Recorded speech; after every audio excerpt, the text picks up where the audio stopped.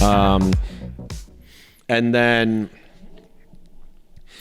so he's getting kind of reputation, Jimmy Coonan, like among the neighborhood and among gangsters of kind of like this crazy person who would whack out anyone. And then he goes to prison for, he's tried for murder of this guy named Harold Whitehead, was drunk at one of Jimmy Coonan's bars, and he makes some insult about Jimmy Coonan's mother.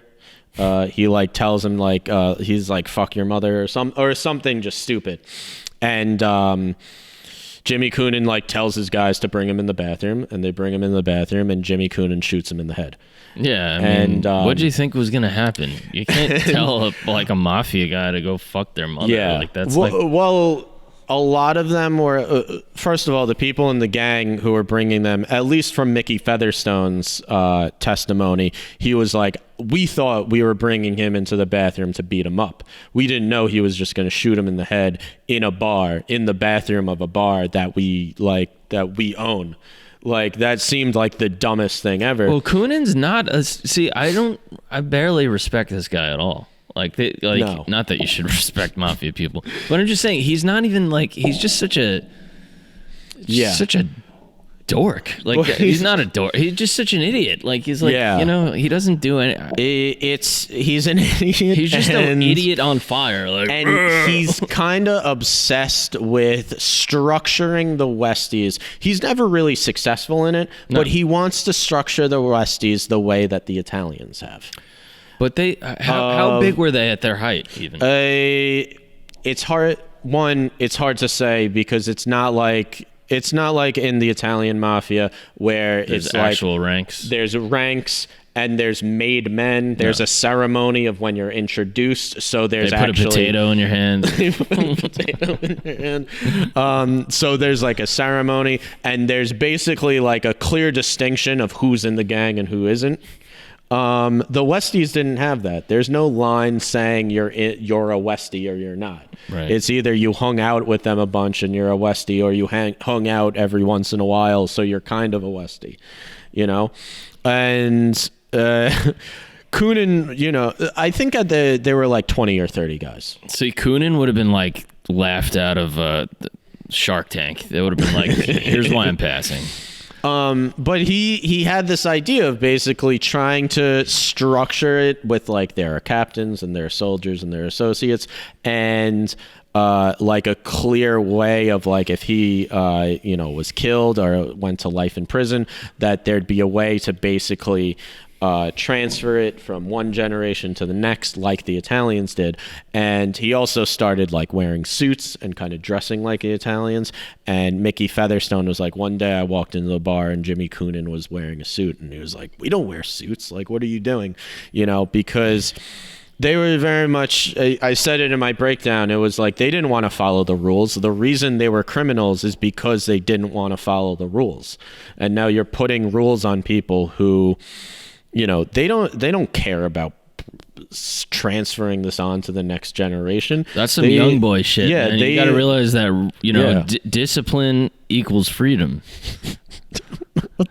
I don't know what that means. It means like when you have that sounded like real authoritative. That sounded real suspect. I don't know what you're trying to say with that. No, like when like, hey man, no rules. That's why we're in the Irish mob. It's like, no, like when you are disciplined and you have structure, fucking goals can be met. But they didn't care about the goals. I know, they wanted to trying to smoke weed and chop people up, bro. They wanted, if they made enough money to pay their rent and their and their bar tabs and whatever coke they wanted to buy that week, that was fine. Small-minded shit, man. That was it. That's why I don't fuck with that energy. They're not like the Italian gangsters where they're building something or they're part of something. They were just criminals who happened to be all working together. Right. And Jimmy Coonan is trying to form them into something that's like, we don't care about this.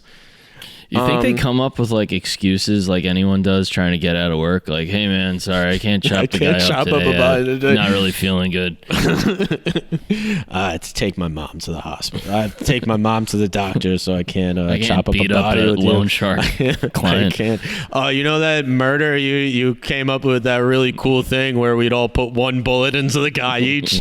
Yeah, it's gonna have to be 4 instead of 5 because I gotta take my mom to the doctor. How many times do you have to take your mom to the doctor? I don't know. I have a lot of moms. My parents. I'm sure that has actually happened though. When you think about it, because people are just people at the end of the day. Like, this fucking Jimmy Coonan, man. We just chopped this fucking guy up last week, man. Leave me alone. I'm trying to fucking. And he came up with the idea of chopping up bodies from Roy DeMeo, because Roy DeMeo had that he had this like system in place of how he got rid of bodies, where basically is like he chopped them up and then you puncture their lungs and then you put them in the water, and since the lungs are punctured, like air fills up in the lungs and they sink down. Everybody knows that, Greg. Jeez. Everybody knows that. No, I'm just kidding. Yeah, I mean, I don't know. These guys are idiots. They are. So the Harold Whitehead murder is kind of it sends Jimmy Coonan to prison, not for the murder, but for a gun charge. He's charged with the murder. Yes. He's found innocent, but he's found guilty on a gun charge. And around the same time, Mickey Featherstone goes to prison, not for the murder, but for he was caught with counterfeit checks or counterfeit bills. So they're in prison at the same time. And we talk about the movie that I worked on, The Kitchen, starring Melissa McCarthy. Not a good movie. It's a bad movie. I don't know if you saw it. No. How come we never watched that? It is terrible. Yeah. It's really bad. It's supposed to be a comedy? It's not supposed to be a comedy. But it's all comedic people. Oh, jeez. How was that experience? While Jimmy Coonan was in prison, his wife Edna runs the gang. And Mickey Featherstone's wife Sissy helps her, and that's kind of where Mickey Featherstone and Jimmy Coonan start to part ways, because apparently Edna like treated Sissy like complete shit while she was her like supposed to be second, and like basically like dismissed her and didn't want anything to do with her. And Sissy kind of is like, hey, you know, like these people are taking advantage of you. Yeah. Hold on, real quick. What was your experience like working on that movie? I don't know how much I could still say. Even if it's out? Even if it's out, you know, I could say that. I don't know. We shot it. We shot it out here on Long Island. There. I don't know. I thought once it's out. But that's fine. I can't really say anything like. I'm not sure how much I'm allowed to say. Okay, moving on. Even with it's out. That's I mean, fine. Story details I'm obviously allowed to say, but as of what the filming is like, I'm not sure. I'd rather just like not mention it because I'm not sure. I just think that's interesting for people to hear, but I get it. Well, I can say, 1, the movie's not that good. 2, it doesn't really tell the correct story. I mean, it's loosely based off of them, so it's not really the Westies. But you have Melissa McCarthy playing an Edna Coonan type character. You have the other girl from Handmaid's Tale, who I forget her name, playing basically like a Sissy Featherstone character. And then you have Domhnall Gleeson, this Irish actor who's playing kind of like this psychopath killer, you know, supposedly like Mickey Featherstone. Right. And it does kind of follow like the basic beats of the Westies story, where their husbands go to prison, so they take over the gang.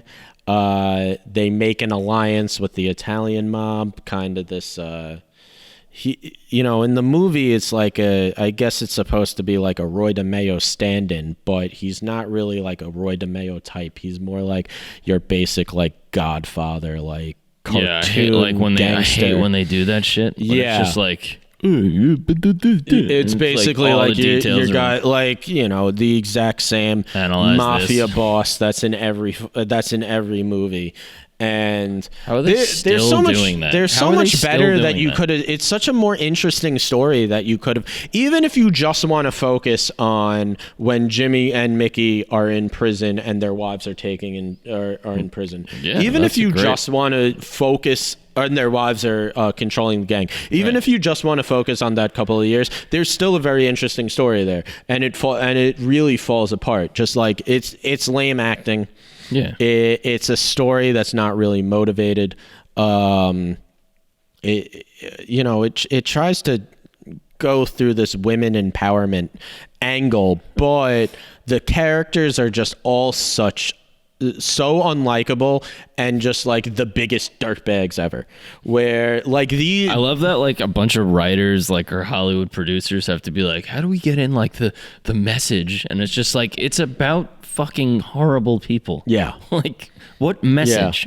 What empowerment? There is like kind of like a female empowerment, but it's just like you're talking about the worst fucking people That's ever. what I'm saying. Like, but that's just Hollywood. Yeah. So.